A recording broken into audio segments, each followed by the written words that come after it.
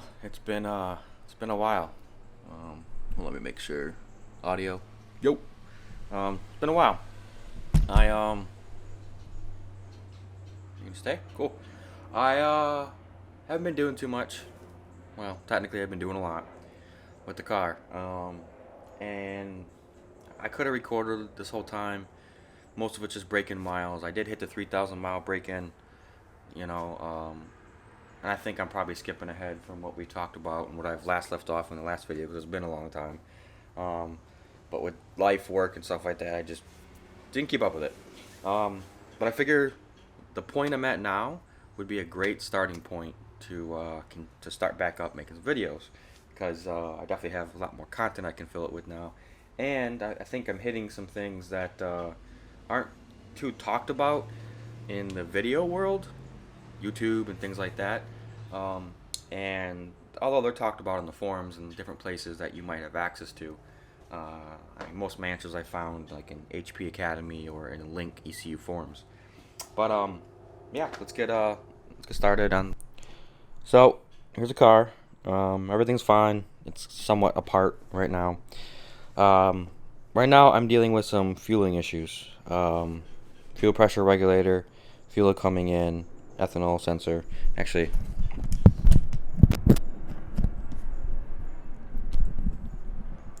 let's just go over some of those things, those fueling things. So I'm tuning the car. Things are going great with the tune.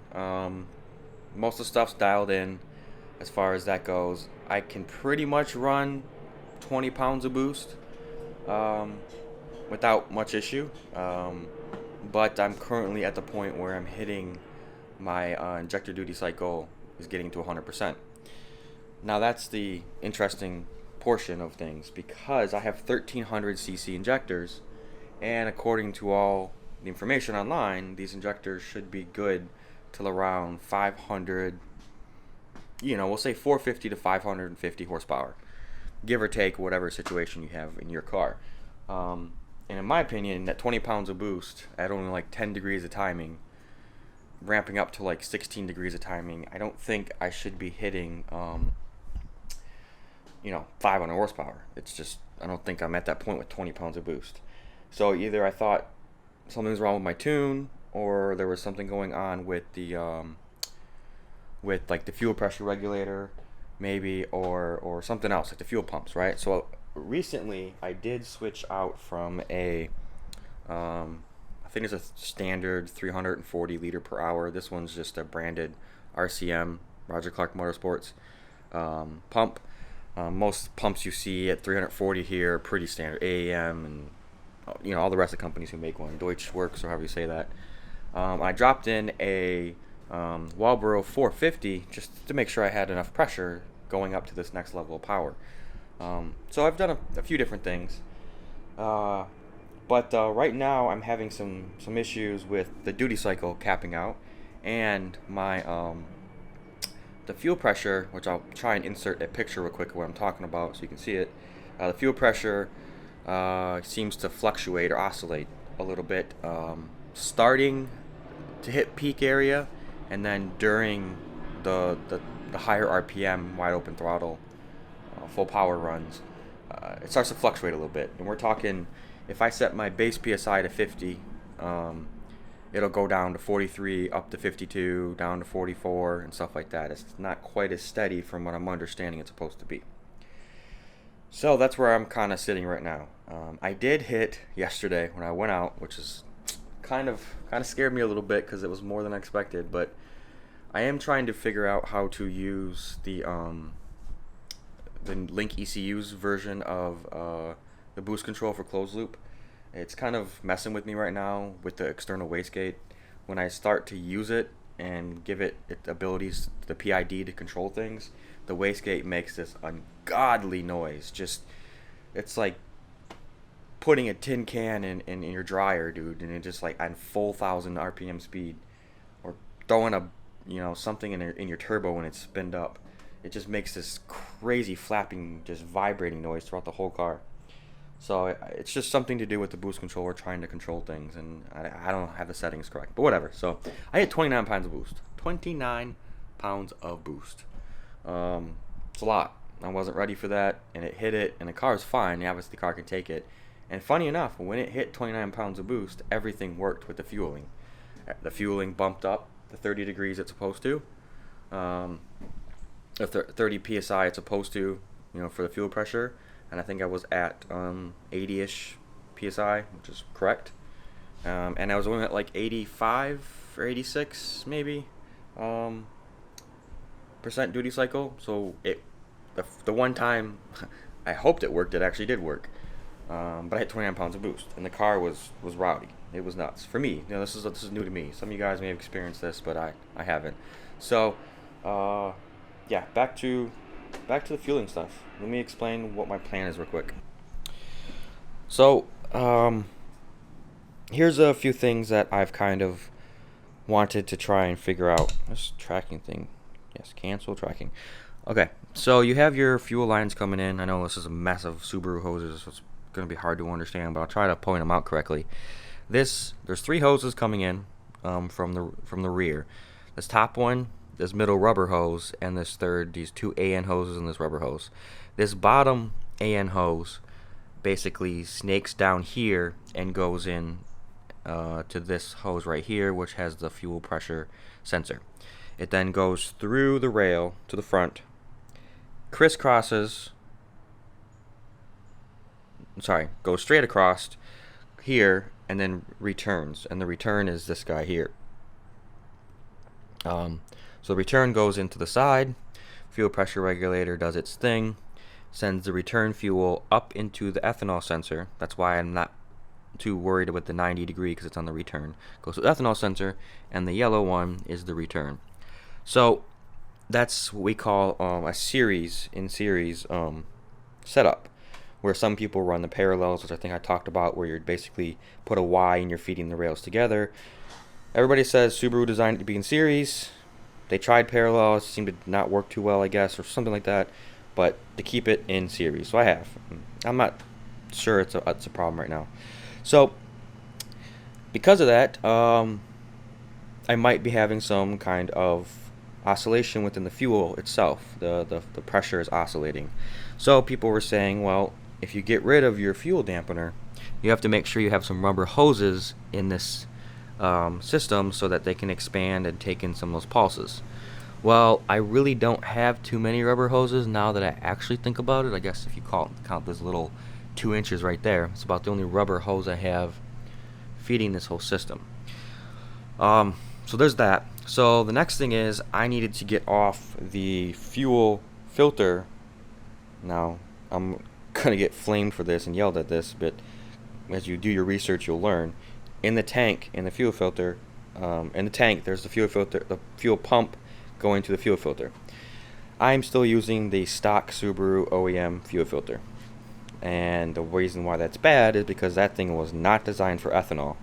Although it can take some ethanol because gas has 10% of it, it's not designed for the 78% ethanol I have in there. And for all I know, that thing's deteriorating and causing a blockage, and that's why my fuel pressure is dropping. But I ordered a radium fuel filter that's going to basically install right in this area. It's meant for this car. It includes the master brake cylinder thing. It all mounts together. So I'll get that in there, and that will hopefully free up any type of filter related pressure issues, and I'll have a proper filter as well. Along with that, I have like I said, the fuel pressure. There you go. The fuel pressure sensor here, which is on the intake from the fuel pump.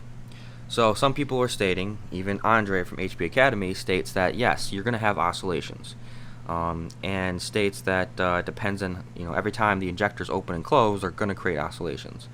Some people are stating that you can lower the filter or hertz setting on your ECU to kind of make this guy tone down on how much data it's feeding the ECU, but I didn't see an option for this on the Link ECU, or at least the setup I have with Link ECU, which seems to be the most standard way of doing it. But I didn't see a way of doing it. So what this guy in the forum decided to do was to move this thing to the NTP port on the front of the fuel pressure regulator, and he said he noticed everything stabilized more. So obviously this is the port you use to check your base fuel pressure. So moving that here should be fine. So I'm gonna give that a try. That's my current thing that I'm gonna work on. I'm gonna move this guy here, try that, see how that works. Along with that, let me see if I can scrounge through. Y'all can go on a ride with me through my mess of stuff here. Yes, I think this is the right box. Excuse my mess of stuff. Oh, I'm getting dirtiness on me. Fuel stuff, bike tire for my daughter's bike. Yeah, actually, cool. I took it open. So, this is the fuel filter I was talking about that sits in the Subarus, right? In, out, I think. And inside of it, you have this little piece of paper. And it pretty much looks like cardboard. It looks to be like cloth-based cardboard. But no, I guess when you start tearing at it, hold on. Shoot, it is just straight a membrane. It's probably fiberglass. That's kind of what everything was used before. But yeah, I'm pretty sure this guy is not meant to take ethanol, and it's either clogged, although I did put a new one in there. But yep, my bad. Not good for the car. So I do have just the one, I guess. I guess the car just came with one. This is the OEM fuel dampener. I might put this guy back on. See what happens. I should be able to fit it right on that line here for the intake. I think this is where it's used anyway, is in the intake. So I might try and put that guy back on, as well as move this here and kind of just verify all my lines are good. So that's my current process.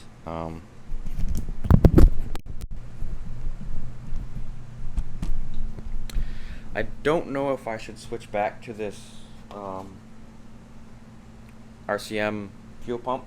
I don't know if that other fuel pump is just too much for it, or if because it is pumping more, it's causing some oscillations. I don't know too much about fuel pumps, and I can't get any, funneled data down to what I'm looking for online. So I'm thinking go back to their pump, because I know it was just fine. Try that out, as well as try and figure out the next steps after I try all these little things here.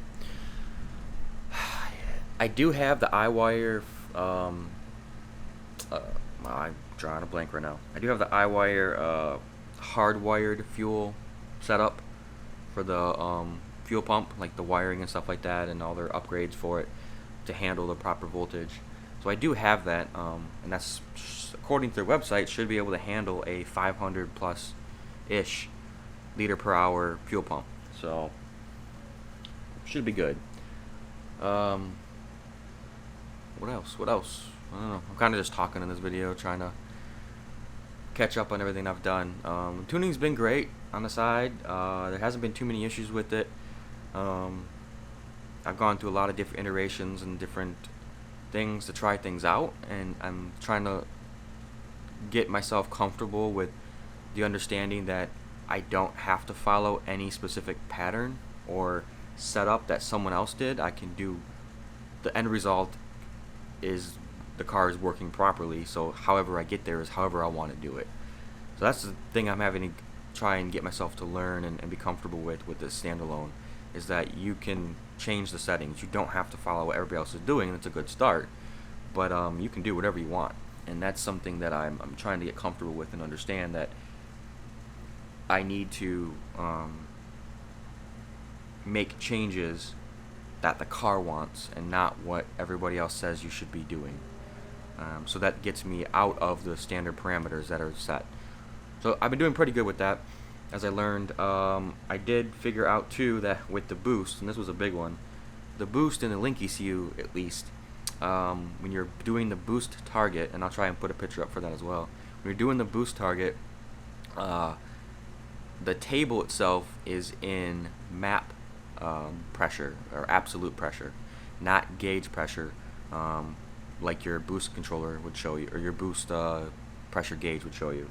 So when you put in 20 psi to target your, is what you want your boost target to be, you're actually only targeting 6 or 5 psi, and that's because map is or your boost pressure is targeting is 14.7, which is atmospheric pressure, plus the target. So in this case, if I'm shooting for 20 psi, I'm only shooting for 5 because that's 5 above atmospheric. So that's why I was having issues initially with the boost, which is kind of funny. I never noticed that, which is really odd because I was getting 20 pounds of boost, but it was because of the wastegate settings and stuff that I had messed up. So then I started, okay, well now if I need 20 pounds of boost, it's 20 plus the 14, so we'll say 35 to make it easy. So you put 35 in your target. So I figured that part out, and that made it great, and that's kind of how I got the 29 pounds of boost that one time, because I set it up a little wrong. I don't know. I'm just talking. Let's see. Like I said, I'm gonna change those fuel settings, and I'm gonna take you guys along the whole process. Now I'm gonna try and document everything, because again, this is not really talked about too much once you start getting to these levels. It's things that shops figure out or people figure out and don't really say it. It's not their fault, they just don't. So I'm going to try and state it about what you need to deal with when you start getting to this 500 level with the fuel. So I'm going to make these changes and we'll test them out and we'll go from there. I'll see you guys in the next video.